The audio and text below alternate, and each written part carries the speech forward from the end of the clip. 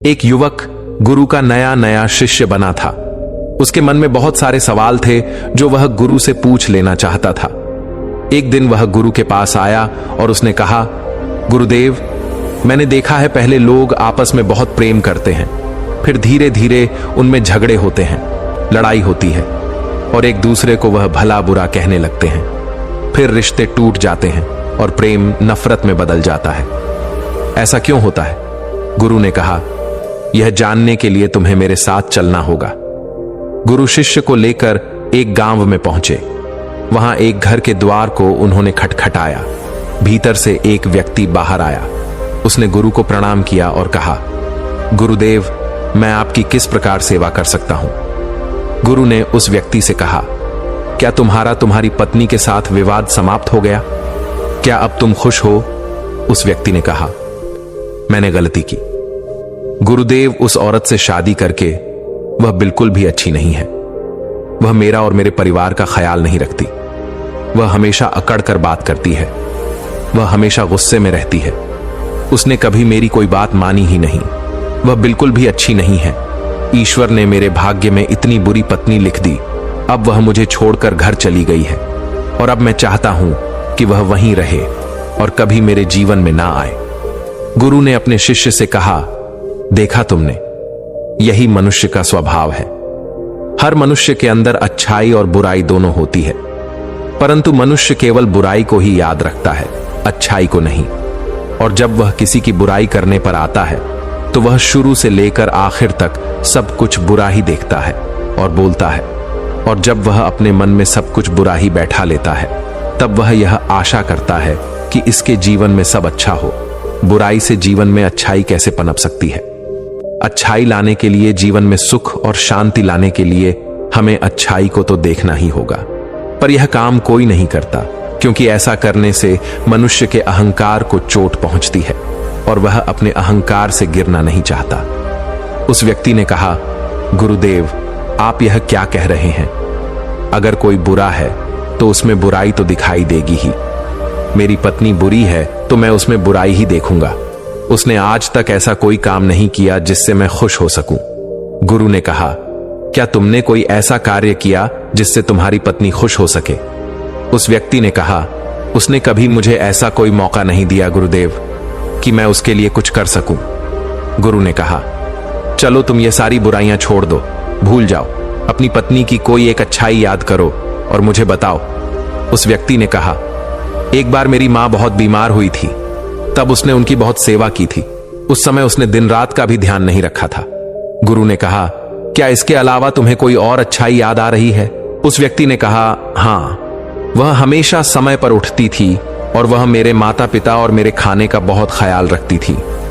एक बार जब मैं बहुत बीमार हो गया था, तब वह रात भर जाग जाग कर मुझे दवाई दिया करती थी।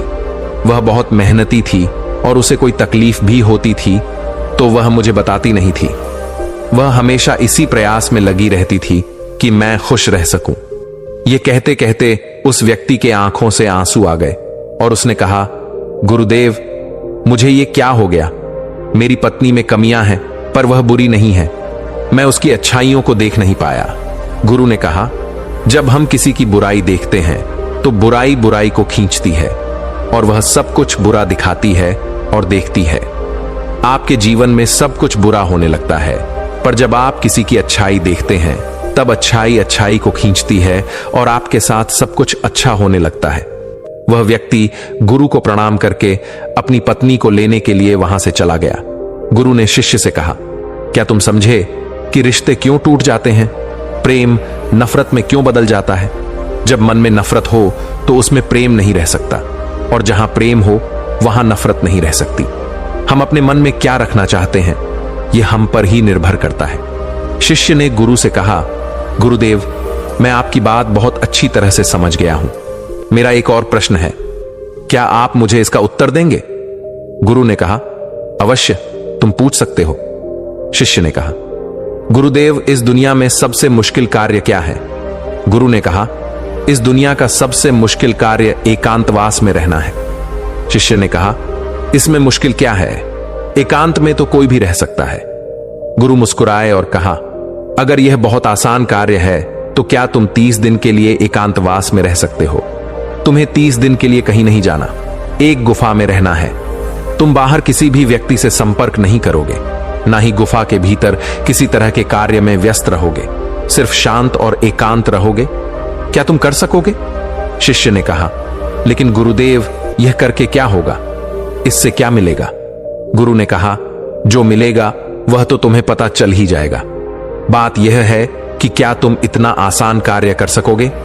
शिष्य तैयार हो गया। गुरु अपने शिष्य को एक गुफा की ओर ले गए और उन्होंने वहां उसके 30 दिन के खाने पीने का इंतजाम कर दिया और कहा, गुफा का द्वार खुला है। जब तुम्हें लगे कि तुमसे यह नहीं हो रहा तो तुम बाहर आ सकते हो। शिष्य गुफा के अंदर चला गया। पहले दिन उसने बहुत आराम से अपना समय काट लिया। दूसरे दिन उसे अजीब सा महसूस होने लगा। उसका मन बार बार बाहर की ओर भाग रहा था। उसे बेचैनी हो रही थी। वह इधर उधर टहलने लगा, घबराने लगा। जैसे तैसे करके उसने दूसरा दिन भी निकाल लिया। तीसरे दिन वह बहुत बेचैन हो गया। उसने सोचा कि वह यह क्या बेकार का काम कर रहा है, बाहर पता नहीं क्या क्या हो रहा होगा और वह यहां गुफा में बैठा है। वह तीसरे दिन ही गुफा से बाहर आ गया और गुरु के पास पहुंचा। शिष्य को देखते ही गुरु ने कहा, मैं तुम्हारा ही इंतजार कर रहा था। 30 दिन एकांत में रहने की बात हुई थी, तुम तो 3 दिन में ही बाहर आ गए। शिष्य ने कहा, पता नहीं गुरुदेव, पर मैं भीतर से बहुत बेचैन हो रहा था। बार बार बस बाहर जाने का मन कर रहा था। इन 3 दिनों में मैं एकांत भी नहीं साध पाया। मन में बहुत सारे विचार, भावनाओं और बहुत कुछ चल रहा था। कोई मुझे जबरदस्ती बाहर की ओर खींच रहा था। गुरु ने कहा, वह कोई और नहीं, तुम्हारा मन था। मन को एकांत पसंद है ही नहीं। वह हमेशा किसी दूसरे को ढूंढता रहता है। जब उसे कोई दूसरा दिखाई नहीं देता, उसे कोई दूसरा नहीं मिलता, तो वह भी बेचैन हो जाता है, क्योंकि उसका वजूद दूसरों से ही है। अगर दूसरे नहीं होंगे तो मन की शक्ति खो जाएगी और वह तुम पर से अपना नियंत्रण खोने लगेगा। इसीलिए वह जल्द से जल्द तुम्हें बाहर की ओर ले जाना चाहता था और तुम बाहर आ गए। शिष्य ने कहा, गुरुदेव, आप सत्य कहते हैं।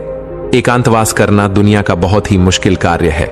गुरु ने कहा, तुमने यह नहीं पूछा कि इस दुनिया का सबसे आसान कार्य क्या है? शिष्य ने कहा, गुरुदेव, मेरे मन में यह सवाल भी था, पर मैं पूछ नहीं पाया। गुरु ने कहा, इस दुनिया का सबसे मुश्किल कार्य एकांतवास है, तो इस दुनिया का सबसे आसान कार्य भी एकांतवास ही है। शिष्य ने कहा, आप यह क्या कह रहे हैं गुरुदेव? मैं कुछ समझ नहीं पा रहा। गुरु ने कहा, एकांतवास हमारा स्वभाव है। हम अपने स्वभाव से दूर हो गए हैं। मन के बनाए जाल में हम हमेशा किसी दूसरे को ही ढूंढते रहते हैं और अपने एकांत को खो बैठते हैं। एकांत को साधना नहीं पड़ता, बल्कि वही हमारा स्वभाव है। शिष्य ने कहा, अगर एकांत हमारा स्वभाव है और यह बहुत आसान है, तो मैं क्यों 3 दिन में ही उस गुफा से बाहर आ गया? क्यों मुझे वहां रहना इतना मुश्किल लगा? क्यों मैं वहां भी बेचैन हो गया? गुरु ने कहा, जब तक एकांत तुम्हारे भीतर से उत्पन्न नहीं होगा, तब तक चाहे तुम किसी गुफा में बंद करके ही क्यों न रखे जाओ, तुम एकांत में नहीं रहोगे। वहां भी तुम अपने आसपास भीड़ इकट्ठी कर लोगे और वह भीड़ तुम्हारे मन के भीतर होगी। गुरु शिष्य को अपने साथ एक नदी के पास ले गए और कहा, इस नदी पर बांध ना हो तो तुम्हें कितना समय लगेगा? क्या तुम उसे आज के आज बांध सकते हो? शिष्य ने कहा, नहीं गुरुदेव, 1 दिन में यह कैसे होगा? 2 दिन, 3 दिन या 4 दिन में भी नहीं होगा। इसमें तो बहुत समय लगेगा। धीरे धीरे बांध की तैयारी होगी।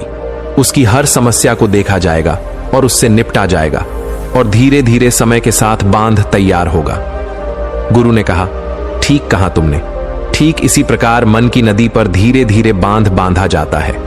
1, 2 या 3 या 4 दिन में नहीं, धीरे धीरे समय लगाकर यह किया जाता है।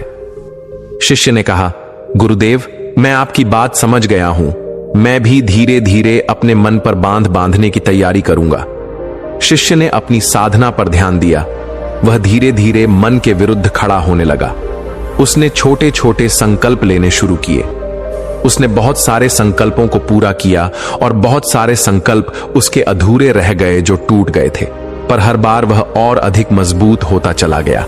उसका अपने ऊपर नियंत्रण पहले से मजबूत होता जा रहा था। धीरे धीरे उसके छोटे छोटे संकल्प बड़े संकल्पों के रूप में उभरने लगे। फिर एक दिन उसने संकल्प लिया और वह उस गुफा के भीतर चला गया। 30 दिन वह उस गुफा से बाहर नहीं आया। जब 30 दिन गुजर गए तो गुरु को अपने शिष्य की चिंता हुई और वह गुफा के भीतर चले गए। उन्होंने देखा कि उनका शिष्य बिल्कुल शांत होकर एक स्थान पर ध्यान में बैठा हुआ है। गुरु को देखते ही शिष्य खड़ा हो गया और उन्हें प्रणाम कर कहा, गुरुदेव, आप सत्य कहते थे। एकांतवास करना बहुत ही आसान कार्य है। एकांत ही हमारा स्वभाव है और यही हमारी प्रकृति है। इसके लिए कुछ भी करना नहीं होता। यह है, बस हमें दिखाई नहीं देता। शिष्य गुरु के साथ उस गुफा से बाहर आ गए। अब आप सोच रहे होंगे कि इस एकांतवास की कहानी का मतलब क्या है। वास्तव में एकांत वह चीज है जो आपको सत्य दिखाता है, जो आपको शांति दिखाता है। आप अपने जीवन में बहुत छोटी छोटी चीजों में उलझे रहते हैं, जो इतनी मामूली है कि जिनके होने या ना होने से कोई फर्क नहीं पड़ता, पर आपके जीवन में वह बहुत मायने रखती है और आपका जीवन उनके चारों ओर घूमता रहता है। आप वहीं के वहीं भटकते रहते हैं। इस दुनिया में कोई नहीं बचा, चाहे कोई कितना भी बढ़ाओ व्यक्ति क्यों ना हो, कितनी भी अकड़ के साथ क्यों ना खड़ा हो, सब मिट्टी में मिल गए हैं। राजा हो, भिखारी हो, शक्तिशाली हो या कमजोर साधु हो या संत हो, कोई भी हो, किसी की अकड़ बाकी नहीं रही। जिन छोटी मोटी चीजों के लिए आज आप इतना लड़ते झगड़ते रहते हैं, क्या करोगे? इन सब चीजों का कुछ पल ही लगते हैं शरीर को मिट्टी बनने में और तुम ऐसे लड़ रहे हो जैसे कि तुम हमेशा यहीं रहने वाले हो। कुछ समय मिला है, बहुत कीमती है, उपयोग कर लो, कुछ सीख लो, कुछ जान लो, कुछ तो जीवन जी लो। सब कुछ जानते हुए भी हम कुछ नहीं जानते। बस यही हमारी विडंबना है और यही हमारी बेहोशी है और इसी से बाहर निकलने का नाम जागरण है और जागृति है और होश है और बुद्धत्व भी है। दोस्तों, इस कहानी से आपने क्या समझा? अपने विचारों को, अपने भावनाओं को एक कमेंट के माध्यम से जरूर बताएं। क्या पता आपके एक कमेंट से किसी का जीवन बदल जाए। धन्यवाद।